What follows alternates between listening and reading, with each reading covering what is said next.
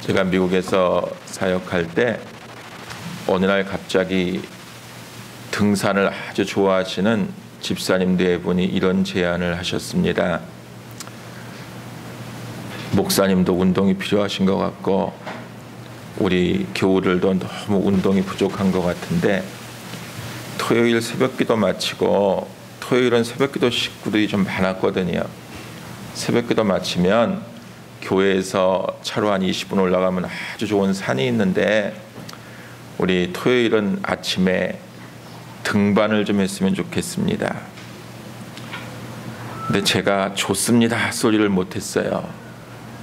제가 원래 숨 쉬는 거 말고는 운동하는데 참 둔하고 더군다나 그냥 걷는 것도 힘든데 등산을 하자 그러니까 가슴이 철렁했어요. 근데 이 집사님이 뭐라고 저를 안심을 시키면서 유혹을 하셨냐 하면, 목사님 처음부터 높은 산에 가자는 게 아니고 처음에 몇 주 동안은 그 산 입구에 가서 그 입구에서 조금씩 산책하면서 처음에는 20분, 그 다음 주엔 30분, 그 다음 주엔 40분, 10분씩만 늘려가면 언젠가 나도 모르게 저 꼭대기에 올라가 있을 거래요. 제가 그 말에 솔깃해서 성도들을 막 독려해가지고 첫 모임에 아이들까지 거의 한 30명이 참여를 했어요. 정말로 첫째 주간에는 아이들도 있었고 또 지체 장애아도 있었고 그랬기 때문에 이 집사님이 약속을 잘 지키는 분이거든요. 딱 20분 동안 등산로 입구까지 차 타고 가서 산보만 하고 내려왔어요. 그 다음 주에는 조금 더 들어가서 한 10분 더 걸었어요. 그렇게 한 달이 가고 두 달이 갔어요. 그런데 조금씩 산 기슭을 향해서 정상을 향해서 올라가기 시작하니까 한 사람씩 두 사람씩 낙오되기 시작했어요. 우선 어린아이들이 있는 가정들이 포기하기 시작했고 애들이 힘들어하니까 또 연세 드신 분들이 포기하기 시작했어요. 근데 얼마 남지 않았는데 조금씩 올라가는 높이가 높아지니까 저도 굉장히 부담이 됐어요. 급기야는 한 두 달 되니까 막 숨이 차고 더 이상 도저히 제 체력으로는 따라갈 수가 없는 거예요. 그래서 제가 집사님 한 주만 쉬겠습니다 그러고 쉬었는데 그 다음 주에 권사님하고 몇 분이 따라갔다 오셨어요. 그래서 제가 다녀오신 분들한테 권사님 어땠어요? 하고 여쭤봤어요. 차라리 안 물어봤으면 그 다음 주에 따라갔을 텐데 권사님이 뭐라 그러시냐면, 목사님 절대로 가지 마세요. 산이 벌떡 일어서 있어요 그러는 거예요. 산이 일어서 있어요? 갑자기 산이 눈앞에 벌떡 서가지고 이게 계단도 없고 올라가는 길이 없대요. 죽을 뻔했대요. 제가 그 소리에 무너졌어요. 산이 안 서 있어도 안 올라갈 판인데 산이 눈앞에 뻘떡 서 있다니까 자신이 없었어요. 집사님 죄송하지만 저는 그냥 입구에서 산책만 하겠습니다. 목사가 포기하니까 교인들이 하나둘 다 포기했어요. 결국은 몇 달 지나고 나니까 그 등산을 제안하신 집사님 네 분만 끊임없이 그 산을 오르내리고 계시는 거예요. 제가 그 모습을 보면서 야, 리더의 말 한마디가 이렇게 무서운 거구나.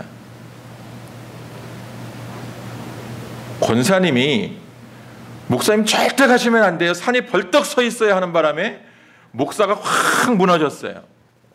저만 안 가면 되는지 알고, 집사님 저는 토요일날 설교 준비도 해야 되고 사실 목사가 토요일날 무지하게 바쁜 날이거든요. 막 10가지 20가지 핑계를 대면서 다른 교인들은 올라가도록 격려를 하겠다고. 근데 교인들이 안 따라가요. 목사가 안 가니까. 결국 그 등산 모임은 제안하신 집사님 네 분만, 아마 지금도 두 분만 다니고 계시지 않나 싶어요. 오늘 여리고성 사건의 말씀을 묵상하면서 갑자기 그때의 일들이 생각났습니다. 모세가 애굽에서 종살이하던 이스라엘 민족을 출애굽시켜서 40년을 광야를 헤매다가 요단강 앞에 왔습니다. 여호수아 갈렙과 10명의 정탐꾼을 먼저 건네보내서 도대체 그 가나안 땅이 어떠한 땅인가 좀 보고 와라. 그리고 10명의 정탐꾼을 보냈는데 여호수아 갈렙만 빼놓고 나머지 8명이 그 성이 너무 크고 거기에 있는 사람들이 너무 장대하고 우리는 거기에 가면 다 죽습니다. 부정적인 보고를 했어요. 그 성이 바로 여리고 성이에요. 여리고 성은 요단강을 건너가서 가나안 땅으로 진입하는 중심부에 접경 지역에 있는 큰 성입니다. 성으로 올라가는 길이 얼마나 넓은지 마차가 2차선 도로로 올라가고 내려갈 만큼 그렇게 웅장하게 큰 성이었답니다. 그 성을 함락시키지 않고는 도저히 가나안 땅을 점령할 수가 없는 거예요. 8명의 정탐꾼이 부정적으로 안 됩니다, 못 갑니다, 죽습니다 하니까 이스라엘 백성들이 다 의욕을 상실했어요. 거기에다가 그들을 인도해왔던 지도자 모세까지도 가나안에 같이 들어간 게 아니고 죽었어요. 정말 부정적인 가문이 도는 속에서 여호수아 갈렙 두 사람의 희망적인 메시지와 선언의 힘을 격려의 힘을 얻어서 이스라엘 백성들은 요단강을 건넜습니다. 그런데 아니나 다를까 8명의 부정적인 보고자들이 얘기했던 것처럼 정말 그곳은 꿈을 찾아볼 수 없는, 희망을 찾아볼 수 없는 너무나 어려운 지역이었어요. 자, 오늘 우리가 히브리서 11장 30절을 읽었는데 우리 29절 말씀 한번 읽어봤으면 좋겠습니다. 히브리서 11장 29절 같이 한번 읽어보실까요? 시작. 믿음으로 그들은 홍해를 육지같이 건넜으나 애굽 사람들은 이것을 시험하다가 빠져 죽었으며 30절 또 읽습니다. 믿음으로 7일 동안 여리고를 도니 성이 무너졌으며 29절과 30절 사이에 공백이 몇 년인지 아십니까? 몇 년이죠? 40년입니다. 이스라엘 백성들이 애굽에서 출애굽했어요. 홍해를 육지같이 건너는 사건까지 40년이 걸렸습니다. 그 40년 동안을 힘들게 행군하고 때로는 원망하고 때로는 하나님을 바라보며 회개하고 그러면서 왔는데 이제 모세도 지도자들도 장정들도 거의 많은 사람들이 죽어버렸어요. 이제 남은 사람들이 요단을 건넙니다. 40년 동안 쭉 고생하면서 왔는데 이제 그래도 이 강 하나만 건너면 하나님의 약속대로 젖과 꿀이 흐르는 가나안 땅이 펼쳐져야 하는데 막상 건너갔더니 여리고라고 하는 거대한 성이 문이 굳게 닫힌 채 무서운 모습으로 그들을 기다리고 있습니다. 우리 크리스천들의 삶이 예수 믿고 구원받고 하나님 만났고 정말 천국의 시민으로 살아가면서 매일매일의 삶이 오늘보다 내일이 내일보다 모레가 좀 더 희망적이고 밝아지고 비전이 있고 나아져야 되는데 뭐 예수 믿어도 교회 다녀도 별다르게 달라지는 게 없습니다. 좋아지는 게 없습니다. 그럴 때 여러분의 마음이 어떻습니까? 오늘 이스라엘 백성들의 마음이 됐을 것입니다. 40년 동안을 죽어라 하고 모세를 따라서 젖과 꿀이 흐르는 가나안 땅으로 하나님이 인도해 주신다라고 나왔는데 지도자도 죽고 가족들도 죽고 부모 형제도 죽고 이제 남은 사람들이 홍해를 건넜는데 그나마도 거기에 젖과 꿀이 흐르는 가나안 땅이 펼쳐지고 먹고 살만하면 위안이 되었을 터이건만 여리고성이 버티고 있는 거예요. 또 얼마나 많은 사람들이 좌절했을까요? 얼마나 많은 사람들이 하나님을 원망하고 지도자를 원망했을까요? 아마 모세가 요단강을 함께 건너왔더라면 모세가 돌에 맞아 죽었을는지도 모릅니다. 오늘 사랑하는 여러분, 이렇게 힘든 싸움 속에서, 힘든 고난 속에서 여리고 성을 만났는데, 이제 살 수 있는 길은 이 여리고를 함락하고 여리고를 무너뜨리고 정말 하나님이 약속하신 적과 꿀이 흐르는 가나안 땅을 회복하는 일만 남았습니다. 그런데 어떻게 해야 이 여리고 성이 무너지느냐? 이 문제의 원인을 밝혀내고 이 여리고 성을 무너뜨리는 것이 믿음입니다. 오늘 지금까지 우리는 히브리서 11장을 통해서 개인의 믿음을 살펴보았습니다. 그런데 오늘은 이스라엘 백성들 전체의 믿음을 봅니다. 여리고 성 앞에서 이들의 믿음이 어떻게 역사했는가? 살아가다 보면 국가적으로 재난을 당합니다. 내가 다니는 직장이 위기를 맞이할 때도 있고요. 교회가 위기를 맞이할 때도 있고 가정이 위기를 맞이할 때도 있습니다. 그럴 때 우리 민족 공동체가, 우리 대한민국이라고 하는 국가 공동체가 어떻게 이 난제를 풀어갈 수 있을까? 하나님께 지혜를 구하면서 믿음의 길을 가야 합니다. 교회가 위기에 처했을 때 자기의 목소리를 내는 것이 아니라 하나님께서 이 위기를 통해서 우리에게 어떠한 믿음을 요구하시는가를 들을 수 있어야 합니다. 가정의 위기가 있을 때 수많은 부부들이 이혼하고 갈라서지만 또 많은 가정들을 보면 그보다 더한 위기 속에서도 탄탄대로 반석 위에 서갑니다. 왜입니까? 하나님께 지혜를 구하며 믿음 위에 살아가고 있기 때문입니다. 오늘 저는 여러분에게 호소합니다.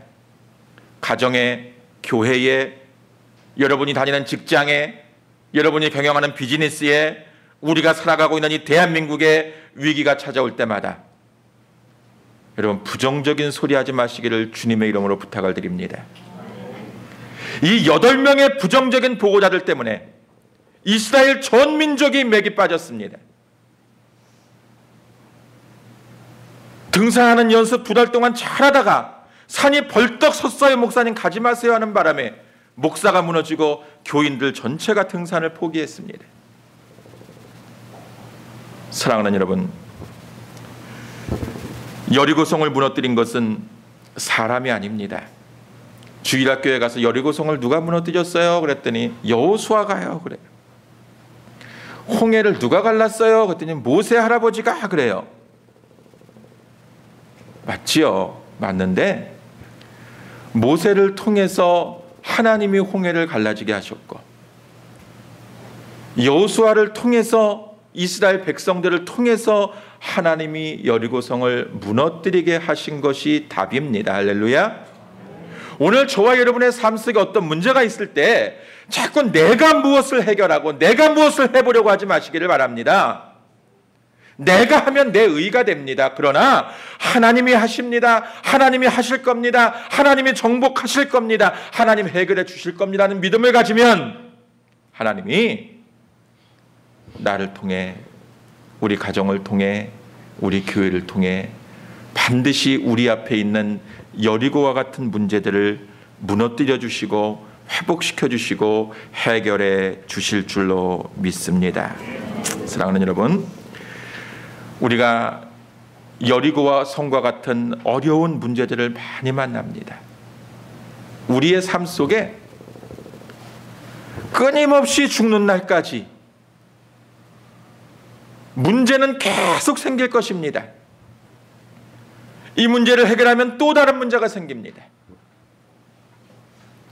제가 카카오톡에 지난주부터 프로필 글에다가 이런 글을 써놨어요. 사진은 삶이라고 하는 등반가가 먼 고지를, 산꼭대기를 쳐다보면서 삶이라고 하는 단어를 하나 써있는 사진을 띄워놓고 뭐라고 써놨냐면 오늘이 마지막인 것처럼, 그 글을 띄웠더니 미국 산호제에 계신 어느 집사님이 이런 카톡을 보내오셨어요. 목사님, 삶의 절망의 구렁텅이에 있었는데 목사님 카톡했던 그 구절을 읽는 순간 정신이 번쩍 들었습니다.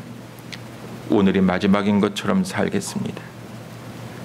여러분, 오늘이 마지막인 것처럼 살면 하나님이 저와 여러분의 인생을 책임져 주시고 우리의 가정을 책임져 주시고 우리 교회를 책임져 주시고 우리가 살고 있는 이 땅을 하나님이 회복시켜 주실 줄로 믿으시기를 축원합니다. 자꾸 내가 내 일을 설계합니다. 내가 내 교회를 걱정하고 내 가정을 걱정하고 내 회사를 걱정하고 인생의 노후를 걱정하고 자녀를 걱정합니다. 내가 하는 것 같지만 결국 하나님이 하십니다. 하나님이 내 안에서 일하실 수 있도록, 하나님이 내 가정에서 일하실 수 있도록, 하나님이 내 교회에서 일하실 수 있도록, 하나님이 내 민족을 지키시고 이끌어 가실 수 있도록 하나님께 저와 여러분의 삶을 내어드리는 역사가 있게 되어지기를 바랍니다. 이 여리고성이 무너진 사건을 통해서 우리에게 교훈하시는 몇 가지의 교훈이 있습니다. 첫째는 믿음은 말씀을 잘 듣는 것입니다. 어떻게 하는 거라고요? 말씀을 잘 듣는 것입니다. 여호수아로 넘어가서 우리 성경 한번 볼까요? 여호수아서 5장 13절에 보면 여호수아서 5장 13절 같이 읽습니다.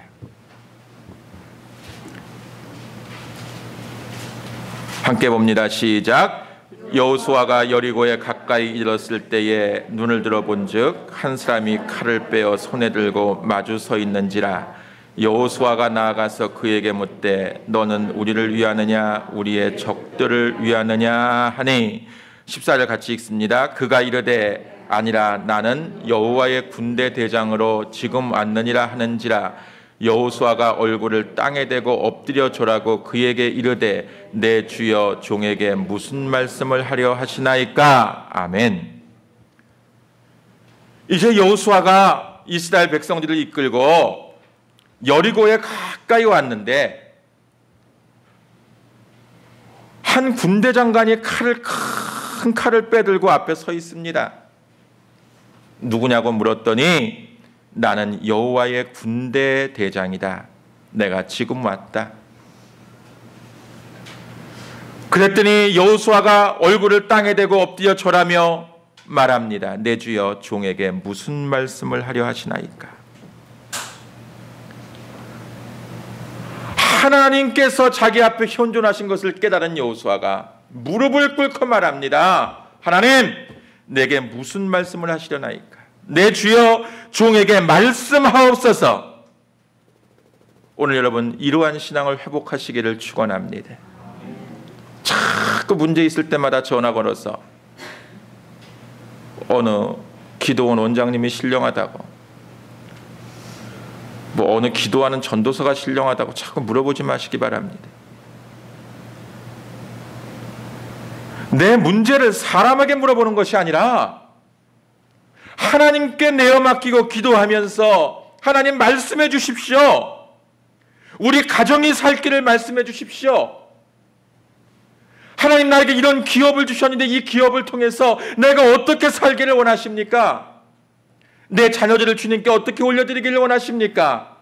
우리 교회가 어떤 교회가 되기를 원하십니까? 하고 엎드려서 주의 말씀을 듣는 삶을 살아가면 말씀을 통해서 우리 가운데 임하시는 성령님이 저와 여러분에게 답을 주시고 길을 열어주시고 여리고가 무너질 수 있는 방법을 가르쳐 주실 줄로 믿습니다. 둘째로 여리고 사건을 통해서 발견하는 믿음은 구별하는 것입니다. 오늘 여호수아가 말하죠. 주여 말씀하옵소서. 주의 종이 듣겠나이다 했더니 여호와의 군대 장관이 뭐라고 말씀합니까? 여호수아야, 네 발에서 신을 벗어라. 이것은 거룩한 곳이다. 지금까지 백성들을 이끌고 정신없이 달려왔습니다. 여리고성을 함락하기 직전에 하나님을 만났는데 하나님께서 말씀하십니다. 이곳은 거룩한 땅이니 네 신을 벗으라. 군인이 신발을 벗는 것 위험한 일입니다. 성을 함락시켜야 되는데 맨발로 해야 되겠습니까? 그런데 하나님은 신을 벗으라고 말씀하십니까? 왜요? 정말로 여호수아가 하나님의 뜻을 깨닫게 하기 위해서 하나님의 음성을 들을 곳과 전쟁을 해야 될 전쟁터와 삶의 현장과 예배의 현장과 하나님의 때와 인간의 때를 구별하여 지키게 하시려고 그의 신발을 벗게 하신 것입니다. 사랑하는 여러분, 우리의 인생사에는 신을 벗어야 될 때가 있고 신어야 될 때가 있습니다. 말을 해야 될 때가 있고 침묵해야 될 때가 있습니다. 올 때가 있는가 하면 떠나야 될 때가 반드시 있습니다. 이 세상에 태어났나 싶은데 죽어야 될 날이 돌아옵니다. 그것이 인생입니다. 그런데 그보다 더 중요한 것은 우리가 살아있는 동안 하나님께서 벗으라 하시는데 신고 있고 하나님께서 떠나라고 하시는데 머물러 있고 하나님께서 취하라고 하시는데 주저하고 있다면 우리는 구별된 삶을 살아가고 있지 못하는 것입니다. 하나님의 것과 가이사의 것을 구별하시기를 주의 이름으로 부탁을 드립니다. 구별하는 것 믿음입니다. 하나님의 것과 세상의 것을 구별해서 영적인 것과 육적인 것을 구별해서 하나님 앞에 살아가드리는 은혜가 있게 되어지기를 축원합니다. 셋째로 여리고성을 통해서 발견하는 믿음은 순종하는 것입니다.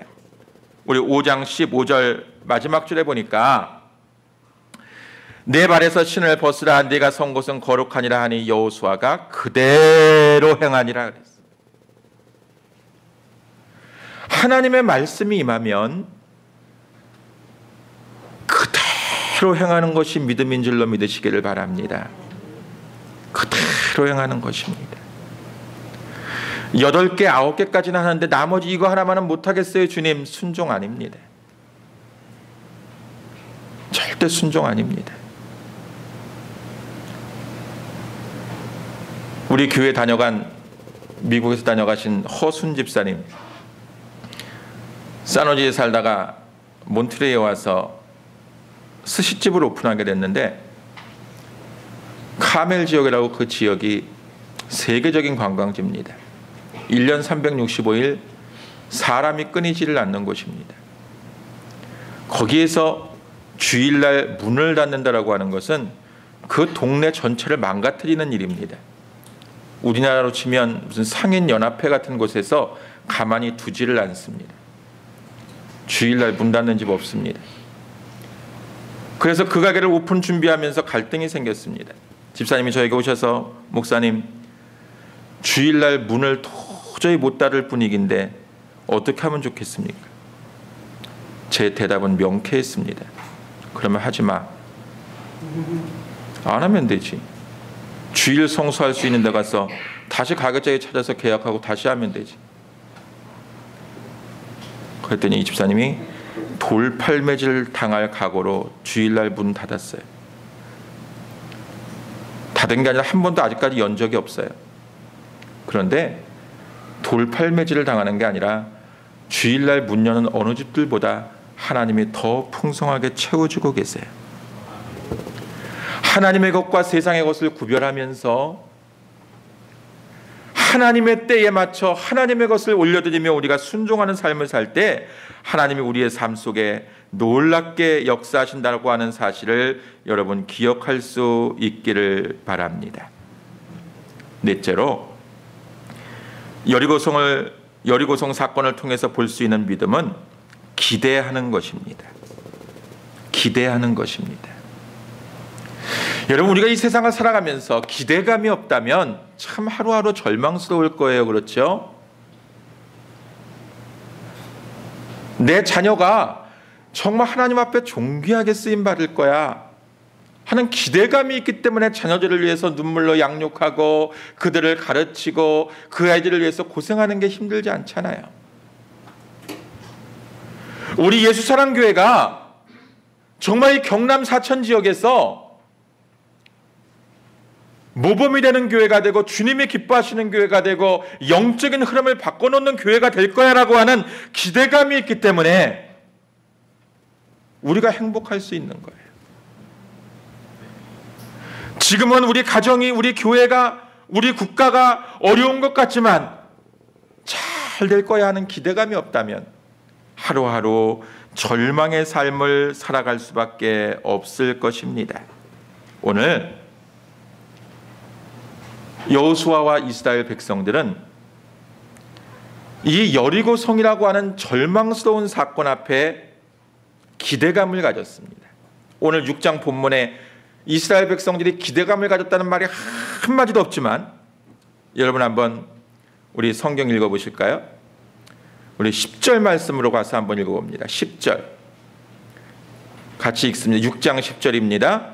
여호수아가 백성에게 명령하여 이르되 너희는 외치지 말며 너희 음성을 들리게 하지 말며 너희 입에서 아무 말도 내지 말라. 그리하다가 내가 너희에게 명령하여 외치라 하는 날에 외칠지니라 하고. 아멘.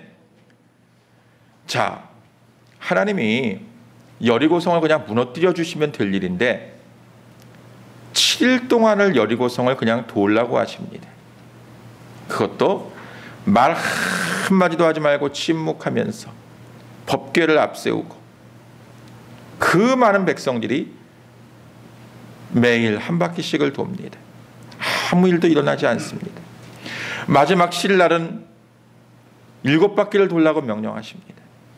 그런데 저는 이 본문을 묵상하면서 이런 생각을 해봤습니다. 여호수아에게는, 갈렙에게는 최소한 7일 동안 침묵하면서 순종하면서 여리고성을 돌았던 이 백성들에게는 이런 기대감이 있었을 것 같아요.